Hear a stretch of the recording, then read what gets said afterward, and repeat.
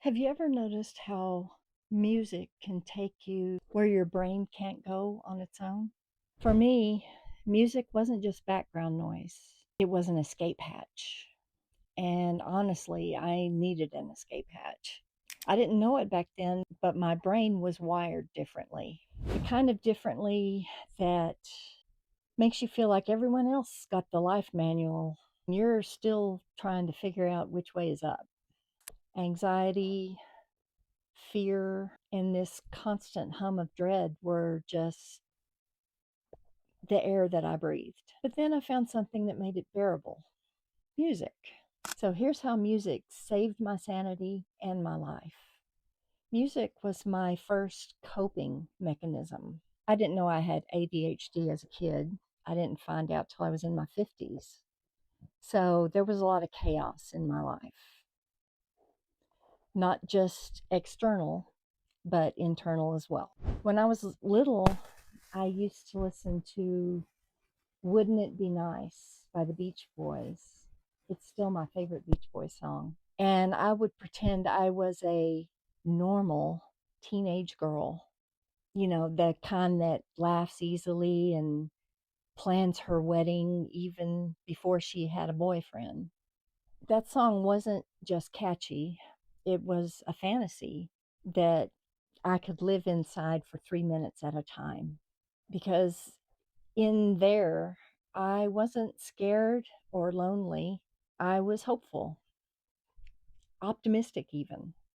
Then there were the novelty songs, the weird ones: Purple People Eater, Monster Mash, and a lot of Dr. Demento songs, Fish Heads. I loved them because they made me laugh. I wasn't a happy child. I looked for anything possible that could make me laugh. These songs were silly and absurd and totally disconnected from the chaotic world I lived in as a child. While other kids were figuring out who they wanted to be when they grew up, I was just trying to not dissolve into a puddle of panic. And those funny songs gave me a way out. They were a break from the constant what ifs running through my head, not to mention a way to practice my acting skills while lip syncing those records. I have a Alvin and the Chipmunks album that I can lip sync from start to finish. I'm not proud. As I got older, things got even heavier. The future that Wouldn't It Be Nice promise never quite showed up.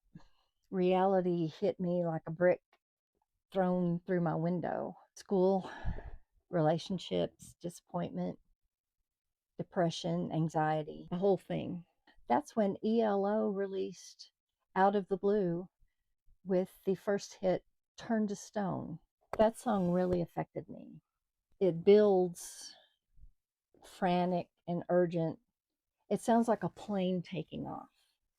And that was sort of the sound inside my head, trying to keep up with a world that wouldn't slow down.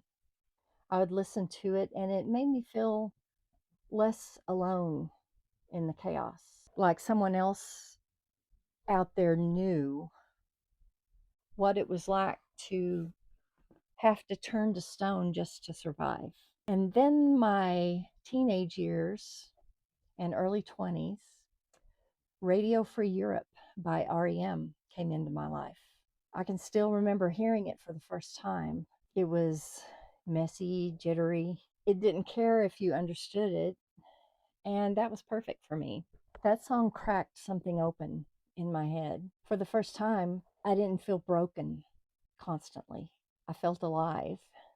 Like maybe this restless energy I'd been cursed with was actually something powerful, something I could use. And at the time, REM was a brand new band. Their first album had just come out, and Radio Free Europe was on it. So I could follow them from the very start of their career. All of my other fave bands in the past had been, long time stars.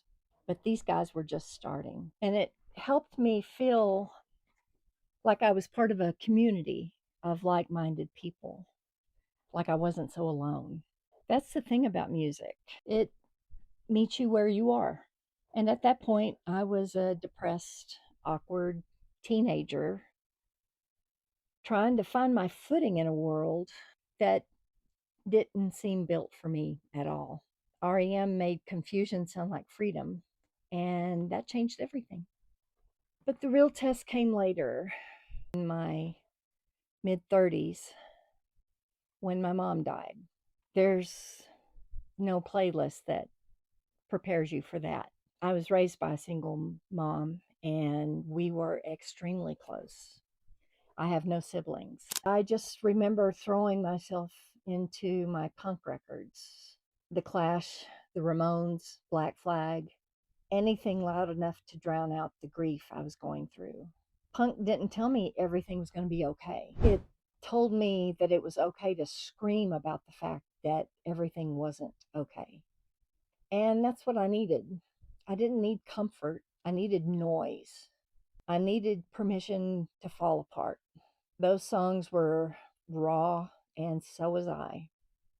Punk music didn't save me, but it let me exist through something that might otherwise would have destroyed me. Looking back now, I can see the thread. Each song I latched onto wasn't random. They were emotional life rafts. Wouldn't It Be Nice showed me innocence. Turn to Stone gave me resilience. Radio Free Europe gave me identity. And punk gave me anger that I didn't have to hide anymore. That's the quiet superpower of being neurodivergent.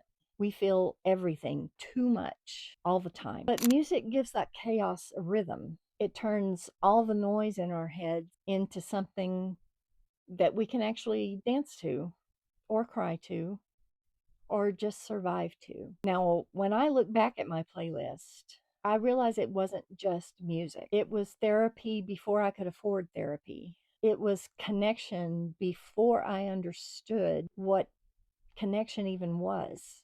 So, yeah, those songs saved me.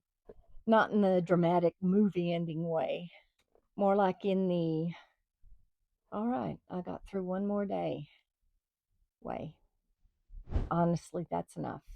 If any of this sounds familiar, if music is your escape hatch too, build your own playlist. Make it weird, make it really personal. Let it hold you up when the world doesn't. Because sometimes the right song at the right time can be the difference between barely surviving and actually living. Thanks for watching. What songs are on your playlist? Tell us in the comments below. Why are those songs on your playlist? I'll have some cool links in the description, so check those out. And once again, thanks so much for watching. Please give me a like and subscribe if you enjoyed it. It's helping to build my channel. I will see you in the next one.